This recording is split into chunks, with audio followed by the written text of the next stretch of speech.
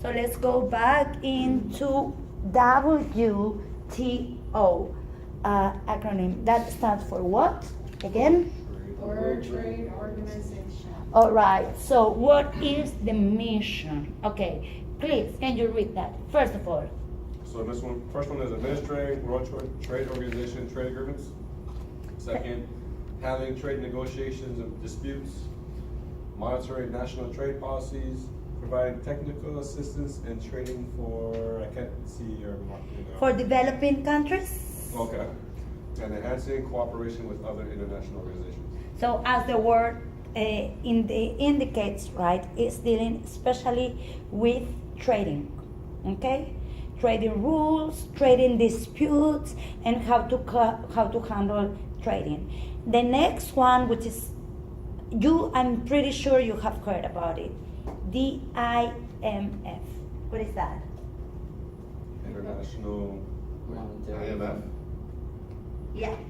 Oh, okay. Yeah. International Monetary Fund. Okay. So With the Rothschild.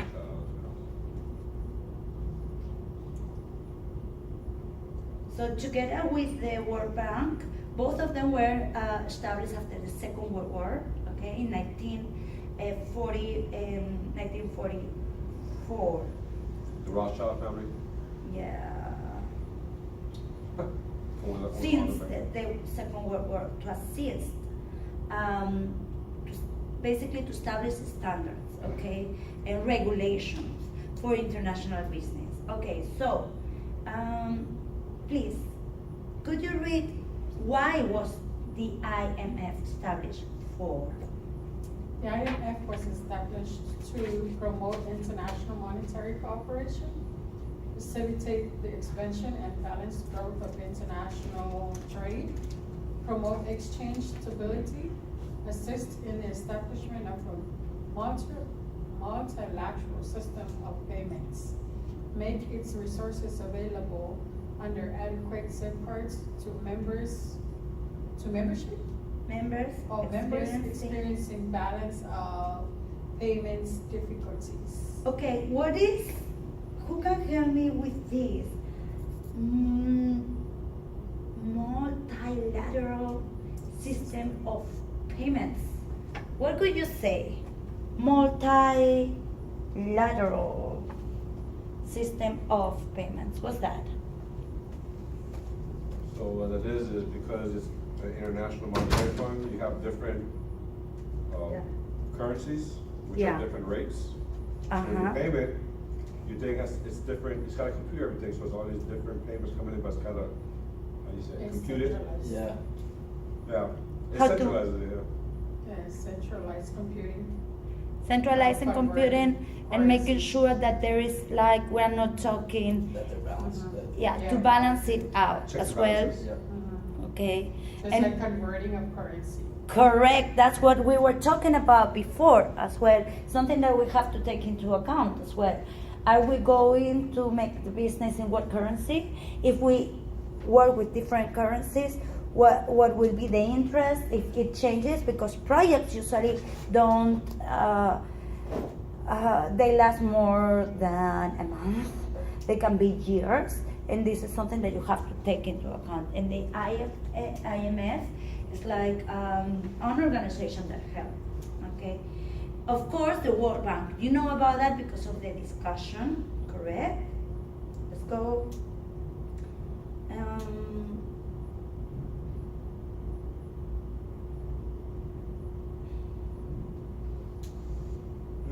This is an enormous organization with involves that I really like about this data. It's like 160 different countries, more than 10,000 employees, and from different brands. You have people related to the environment, social, as well responsibility. Okay, human resources. We have financial analysts, anthropologists. So it's more diverse than the IMF. Okay, that one is much more related into the currency and finances and the World Bank percent relates as well with the environment and with the history and with the people as well. And social responsibility and providing a bank that is for the good of humanity, in theory.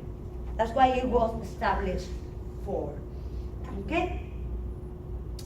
Okay.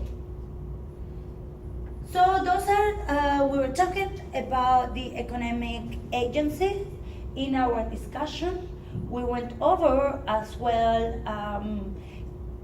if they are actually beneficial or if they are hurting the people who work or the bottom people, the regular people, actually if they are harmful to the development of different nations.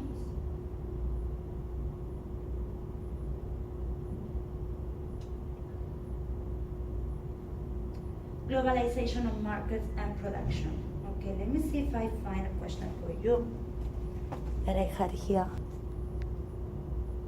So let's talk about globalized world, okay, but it can be a globalization of the markets or the products, okay? When we talk about globalization of product, the first thing I have in mind is the outsourcing. Products, but as well, services.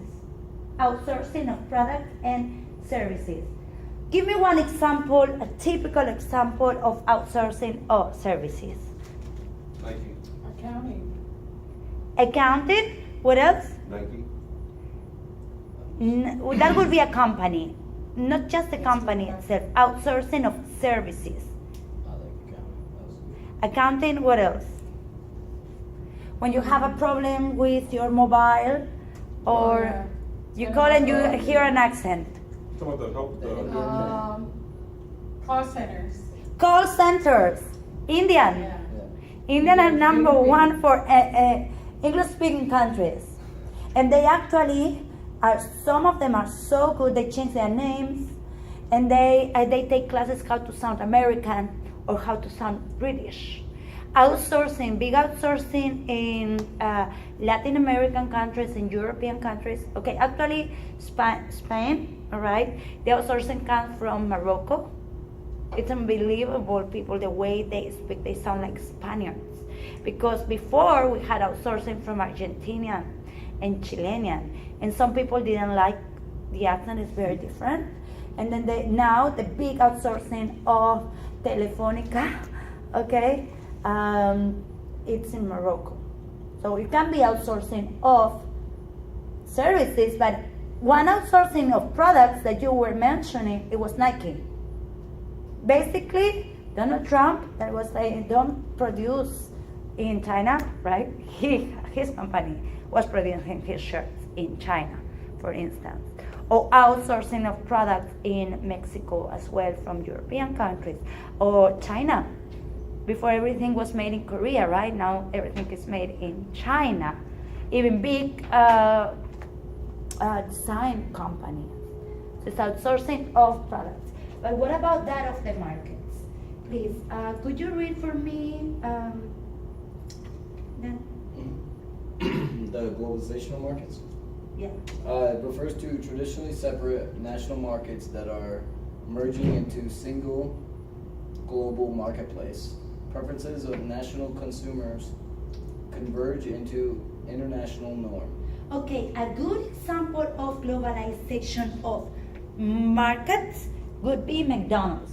Here they are talking, they are giving you examples of the example of Starbucks. Starbucks opened in Japan, in Costa Rica, not long ago, or McDonald's as well. It is true that they try to make it a little bit more local, and here I got the pie guava, right? The guava pie, or they have quite a lot of like fish and vegetarian food in London.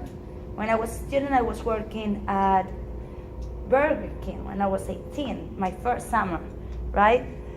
And a lot of products were vegetarian. We didn't have that in Spain because of the Indian population because of the amount of consumers who were vegetarian. Okay, so yeah, it can be a little twist, but a McDonald's is like a double. How do you call it? The double cheeseburger, not double cheeseburger. The Mac. The McDouble. Big Mac? Double. Big Mac? Big Mac, right? And the Whopper could be for Burger King. A Whopper is a Whopper, no matter where you go, all over the world, right? And then, as I'm saying, they will try to I remember in Bolivia, in La Paz, they established their first McDonald's, and it was much more. It was like a McDonald's is like a menu was like taking a menu of $20 here, or $25 here. It was very expensive. It was much more expensive than going to a regular restaurant because it was McDonald's. It was American, right? People were lining for days before the great opening, and then they put it in the most posh area. The McDonald's was the most posh area of La Paz. My friends were talking about that. Oh, we have McDonald's. Perfect. Of course, Disney is another example, right? You have Disney World, and in Europe as well, in Paris. China. We have. With China, Japan. They have that as well in China too, of course. Development of production, outsourcing.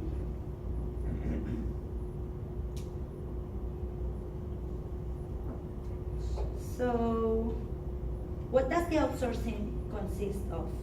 Give me a hint. So you can have a car, right? Say Cadillac. Yeah. 90% of it is made in America, but 10 piece could be on the electrical, the computer pieces, the components that go in to make it complete. That's the outsourcing piece. May not be the whole car, but it'll be a bigger piece of it. Okay. The example that they're talking about right now of cars here is like General Motors. Okay, when we talk about the design and the mind and the knowledge, that's in Germany.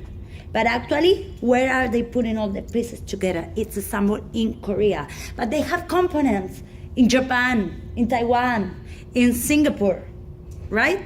And the campaign or the marketing is based in Britain. So this is a very extreme example, great example of outsourcing of the production itself. Another example that they gave here, it was like Airbus. More than 25 countries, okay? Every country, it was like the electrical parts, or only these pieces are going to be done. Like I know that about Spain, for instance. We had certain pieces in the center of Spain, or in Germany, Great Britain. So nowadays, what is made is like made in Germany or made in China is not really that important. It's about the design. It's about the campaign. It's about how do you sell the product, right? Because obviously, why do people outsource certain products? Why do you think?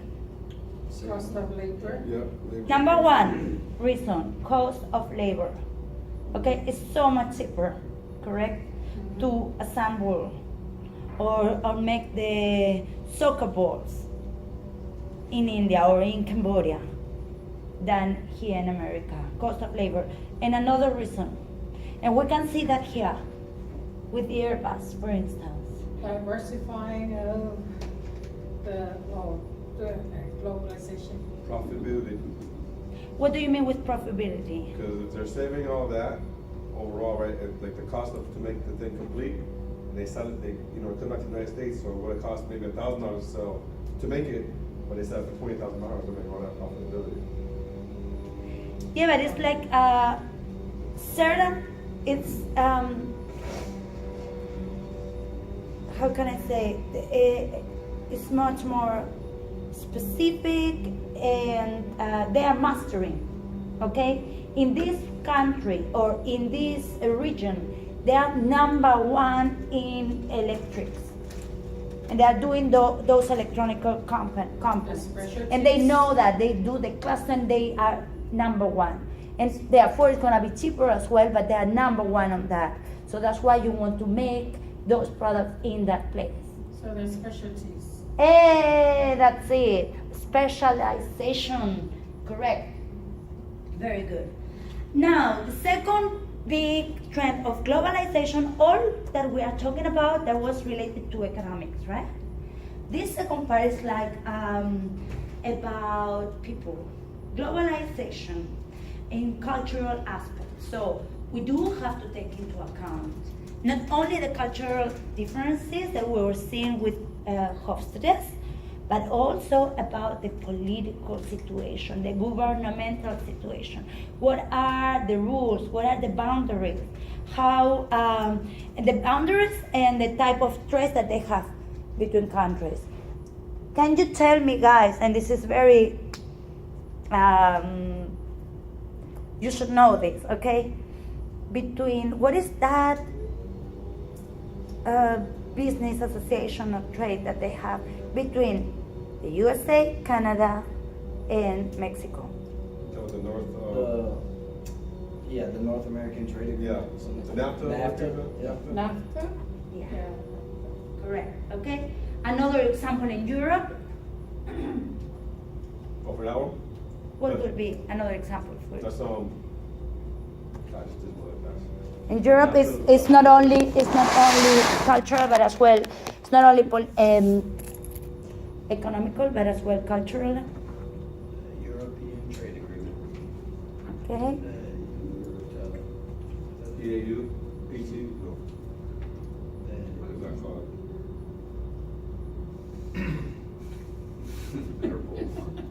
European Community. There is some Western Europe, basically. Okay. The Jones Strait, the Jones Europe Act. is like the Google it. Google it. Come on.